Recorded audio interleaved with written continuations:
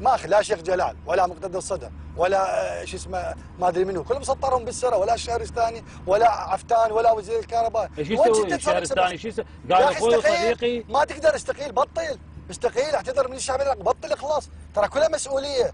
هذا الرجل انا والله العظيم انا مدى التقي به، صار لي فتره والله العظيم لو التقي به هسه اقول له وخليه يسمعني، وده يباوع علينا هسه اكيد قاعدين بالحديقه ويسبون بينا. زين زين ورب الكعبه ورب يعني مكانه يستقيل يا اخي، يتحمل كل دم، هو قائد العام. لا هو المسؤوليه المباشره على رئيس الوزراء، كل شيء براسه. صدام حسين حاكمنا على الدجيل، صدام قتل ذبانه بالدجيل، ما قتل احد بيد الرجل.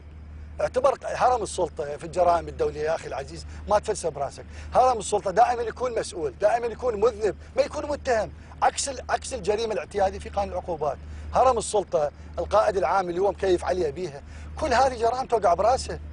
ما حد ينصحه، ما حد يقول له، بس يقولوا له انت مختار العصر ومختار بعد الظهر وما ادري شنو وقاعد الظهر. مو بس الجرائم، اذا يسمح لي جناب القاضي.